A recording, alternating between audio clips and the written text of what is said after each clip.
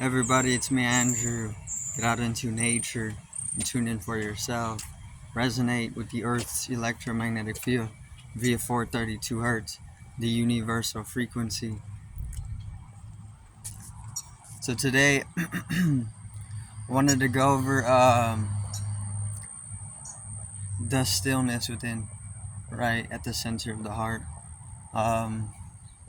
and pretty much just dissolving into this stillness. In a Zen type of way, right? Or Gyan. So let's get into this, which Gyan is pretty much Zen. So there's a silence. There's stillness. This is synonymous with spaciousness, which is found in everything, and it's pretty much it's pretty much all that there is, right? There's mass, there's like mass and space, right? Which is like the duality of things, but all is dissolved into the void. So the whole thing is that there's like 99.9999% space to the nature of things, and then there's the rest of that is what we would call mass, and within that little percentage of mass, which is the remaining, is also 99.99% space. So then you find that everything is just that space, and that's all there is. And this is mystics already know this. The mystics, they can easily experience that, right? Which is how they study it. They study it through their direct experience of it. They don't really need instruments other than the body and mind, because the body and mind is completely capable of experiencing it, because it is an instrument, a scientific instrument, right, that you can actually utilize to go into the many different dimensions of the experience being had. So then you find that everything is pretty much space, right? And this completely destroys your existence, or what you thought was supposed to be, right? And this is where the impermanency of things arises. Nothing is actually permanent, because nothing actually exists, and life is literally just a dream. So this is extremely liberating, because everything that you're holding on to, everything that you're binding yourself with, constricting yourself with, that apophis, which is just tension of the opposites in duality and dualistic living, that constriction or that binding of the serpent is completely transcend, right? Which is a very good thing, because that's where the liberation comes, as you begin to unionize and resonate on a deeper level within yourself, which is literally just aligning with center in a specific type of circulation, or specific type of circuitry, right?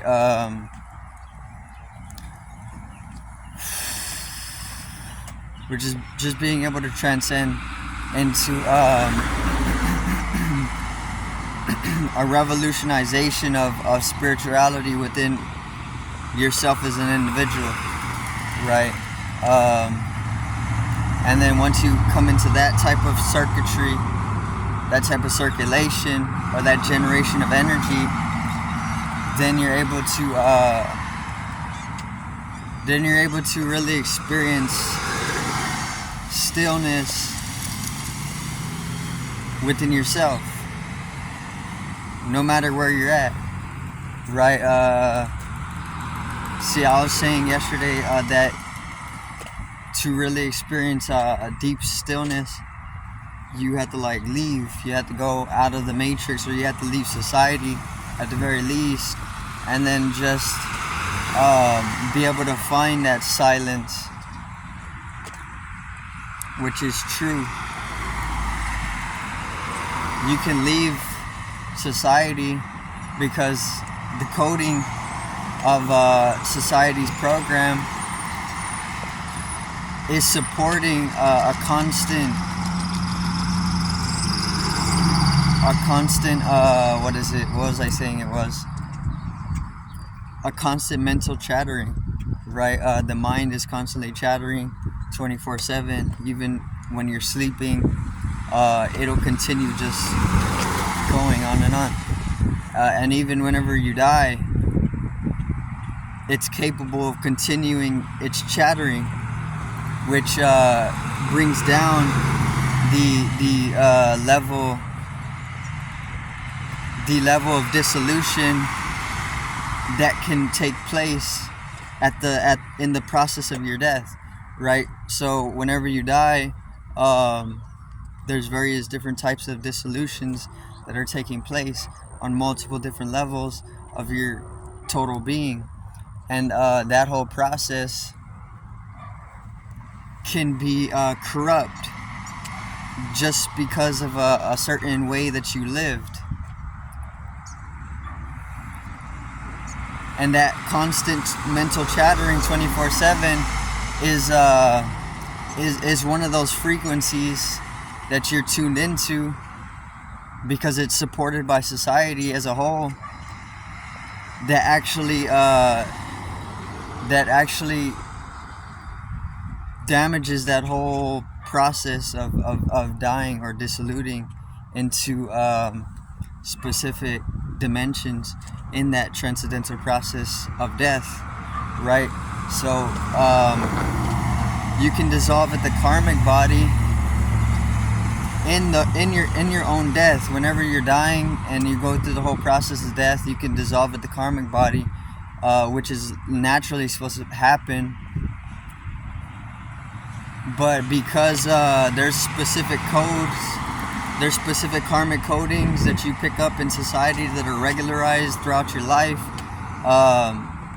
within those codes, there's no dissolution taking place on a karmic level during the process of death. So the karmic body, it's kept very, very integrated even as you're dying, when it's really supposed to disintegrate itself, so that you can liberate yourself on a mental level when you're going through the dissolutional process of death, right? So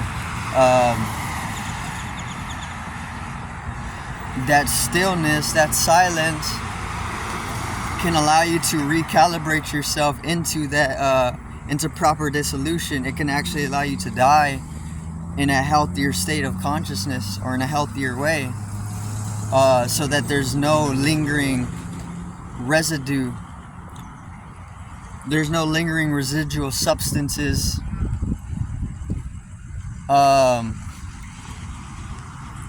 in the process of death. So what I'm saying, to simplify it, is that if you actually come into that stillness or that silence within yourself,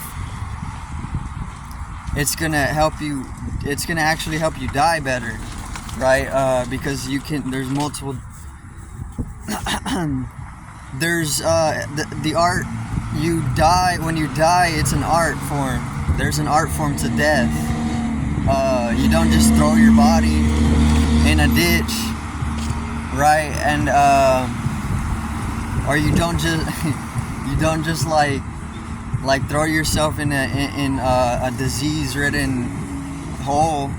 You know, death is an art form, and because we're so unconscious as a collection right now, we don't actually know that it's an art form. We just go about dying in whatever way, right? Because who cares? But you're conscious through death. The moment that you become conscious through death again is the moment that you start realizing that we've been doing it wrong. So bringing that silence into yourself while you're alive, while you're living, and integrating it into your life, and coming into that higher resonance is going to help you recalibrate with a healthier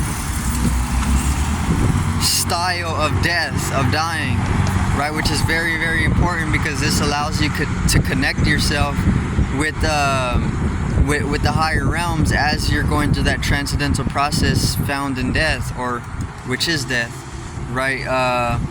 Because you can get caught in various different realms while you're dying, because you're still integrated into them, and you're not able to disintegrate yourself on specific wavelengths or energetical forms. So you stay trapped, or you stay you stay binded to specific realms, right? You can stay binded to this one. You can stay bounded to other realms. Even through your death, even after death.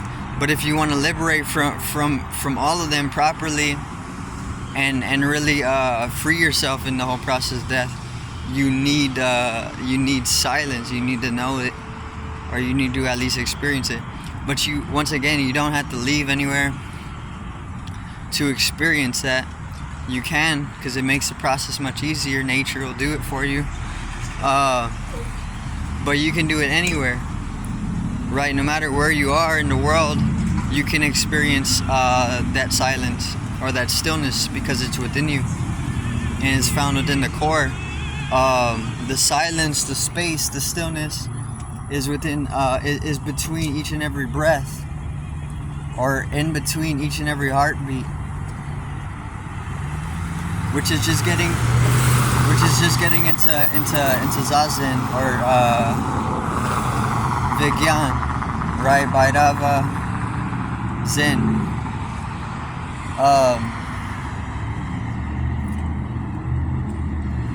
Being able to actually experience the silence. But everything is really, really still. Everything is very silent. Once again, it's all that there really is. It's just silence. And it's very important to be able to come into that, or at least shift your awareness to it. That's the whole practice of Zen, just shifting your awareness. Because once you're able to shift your awareness, the consciousness is anatomy. It's just intangible, or it's of a lighter structuring that's different from what we're fixated on or attached to, right? But consciousness is geometry. Geometry is shape. Shape is anatomy. Consciousness is another body, and it can be. You can shift the consciousness onto itself to reflect itself, so that the anatomy of consciousness becomes just as dense or tangible as the physical body is, or even the mental body is, which is what you want to do, because the moment that you do that is the moment that this body becomes, it dissolves away and it dies.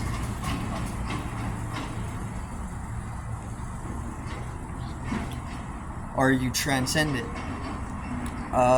So the consciousness is anatomy, actually, and because of that, shifting your attention onto consciousness itself, or reflecting it,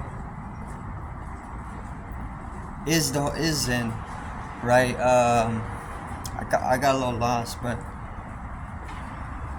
the silence is where it is, in that stillness, which is found within your entire being. Your being is silence. It's like being in action, or being and doing, right? You can act and act and act, just do things constantly, but radiating at the core of your action, constantly radiating in resonance, is the being. It's just a beingness instead of a doing. That's exactly what silence is, or stillness. Stillness is the being. All the sound form, or whatever it is more synonymous, closer with the action, or you doing. But the moment that you shift to the core, the heart, you're gonna start finding that stillness within yourself, which is just in the process of Zen. Everybody practices Zen, and this is why it's such a trend in the East, because it's not really practicing, more so it's just something that has been reflected upon in our nature, in our rhythm as an organism. But I do thank everybody for watching. Once again, peace out, one love, and have a great morning.